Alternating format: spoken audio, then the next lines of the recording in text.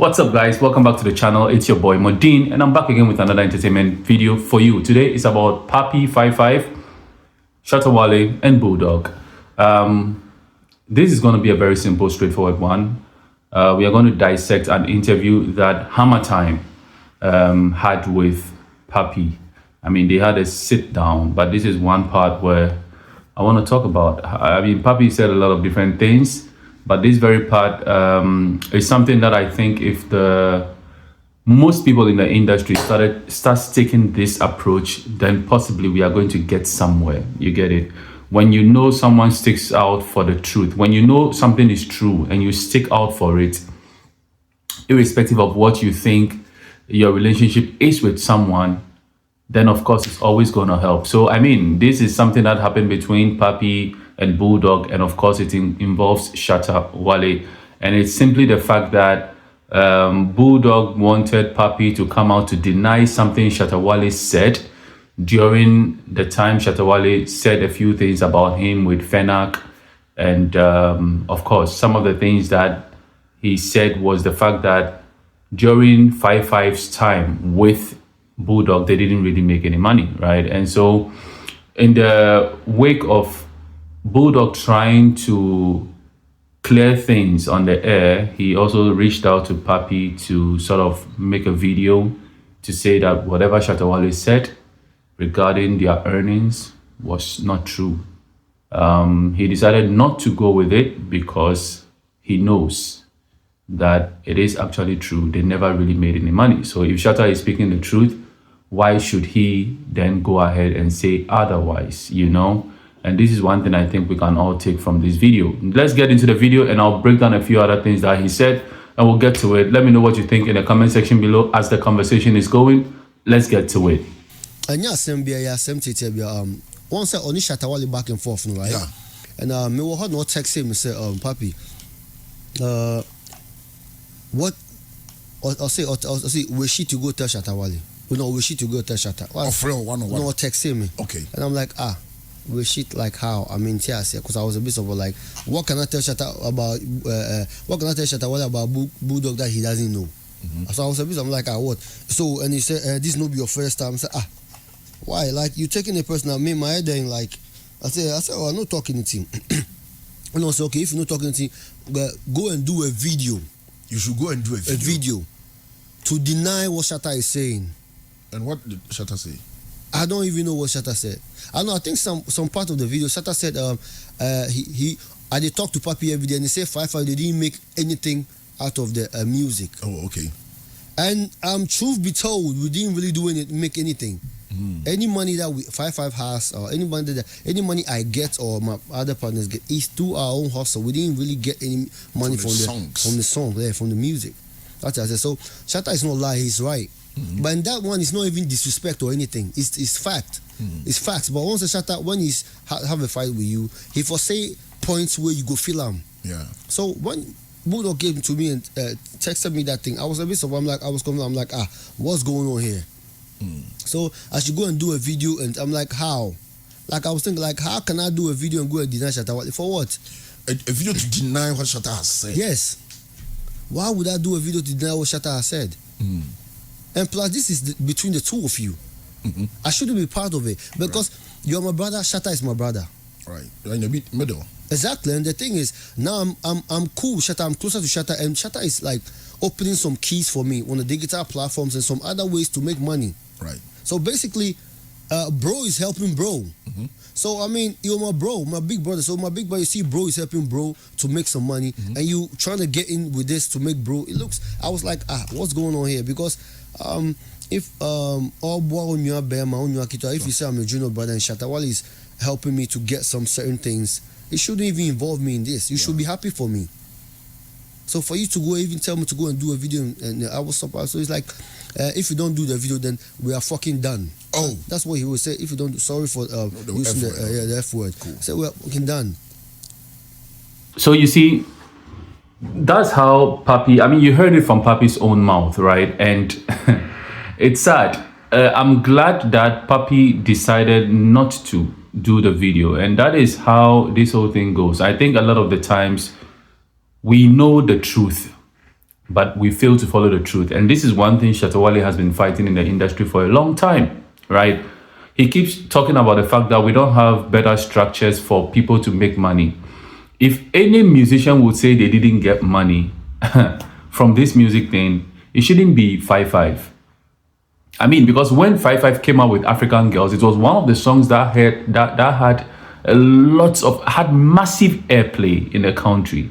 It's one of the songs that went national. I mean, it was a big song because for some reason, a lot of Ghanaians, when they heard the song for the first time, thought it was a Jamaican song because this was the era that you had a lot of Jamaican songs. I mean, Jamaican dancehall type of vibe hitting the market and making a lot of waves. You get it? This was that same era.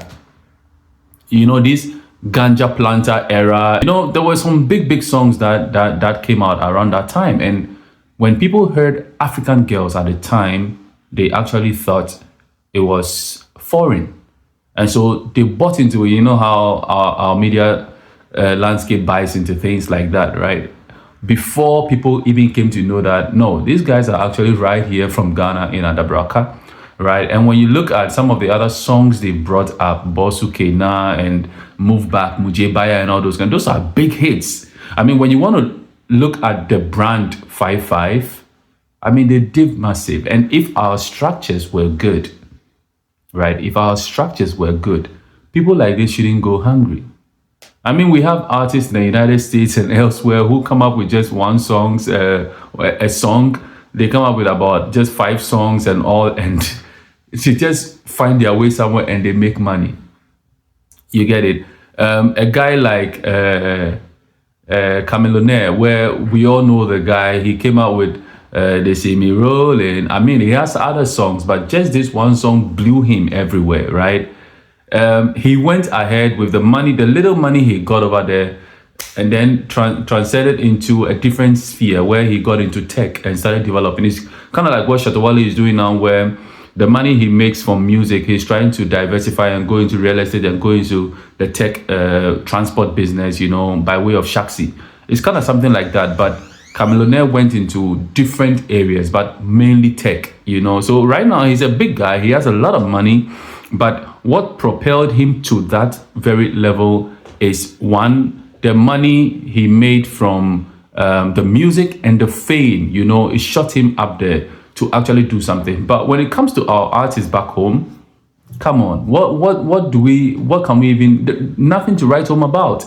You know, recently, T-Flow was also saying something similar, that it is better for him to go hustle, make money, than to be popular, famous, and broke. And that is sadly some of the things that are happening in the music industry. You look at Kwesi Arthur. Kwesi Arthur tries to go out there, do things for himself, and then it's like immediately you try to do something for yourself, they say your music go off. You know, you resign, you be retired artist and all that kind of stuff. The truth of the matter is there is no money in the system for musicians to make, for our creatives to make. So they find other ways. And it's not like that. It should be sustained. I gave an example of Boli of You May Kiss the Bride fame. That guy, when he released that big song, he was right on my street. He was right on my street. They were living in with a bunch of other guys. They were living in like a 5-bedroom house or something, and he had their own single room where he was living at Spinkters, right? And it's quite funny. At the time, that song was big. It was big not only in Ghana, but big in Nigeria as well.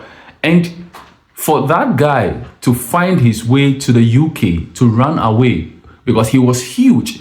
Imagine such an artist, such a talent. If music was that thing for him, and the money was good in Ghana, he could have stayed and made a lot of money, and there would be no need for him to travel out there. Now, we actually know that music is a thing for him because the music never died. Because he went ahead to join someone like Reggie Zippy for them to go on British Got Talent, and we know what happened, right? But look at a creative person like Boli and then Reggie Zippy. I mean, Bema Bia Sori up a virgin, Reggie Zippy. I mean, big hits. And we have all these people always running to seek greener pastures because our structures no good. Where we talk, Then some people go day back because they get favorites and they check like you where you they talk, no. You don't know what you they talk. You bab. It check like so long as it no be my favorite in the matter where they talk, dear Charlie, all the sense you they talk, no, it be nya. That be how we they see him. It's just the way it has been all this while. So those are the things that are actually bringing our craft down, and it's not good. So this thing that Pappy actually said got to me in a way, and it got me thinking.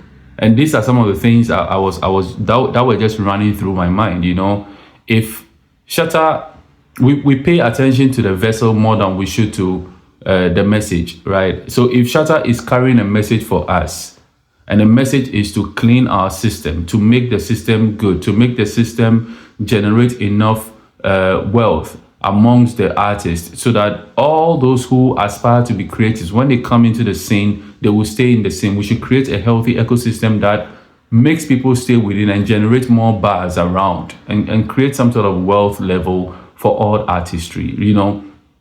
But we say we are looking at the vessel and the way the vessel is carrying the message, and so because of that we won't pay attention to the message even though the message is correct. That is the problem we are having, you know.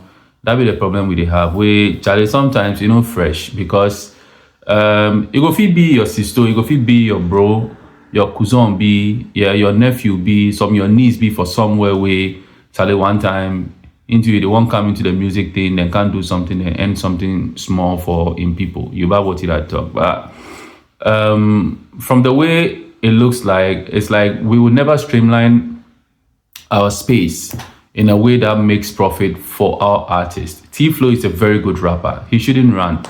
I cited example, T-Flow himself, Bowley, Regisipi, Atumpan, for example, after a hit and all that kind of stuff, also just left. And these things are happening. Most of our people just they left, they go like that, you know. And it wasn't even, it's not even the young folks. We're talking about the older folks. You talk of Lumba, you talk of Nana Champon and all those guys, Snoopy McJenfie, Lee Dodu, all those guys.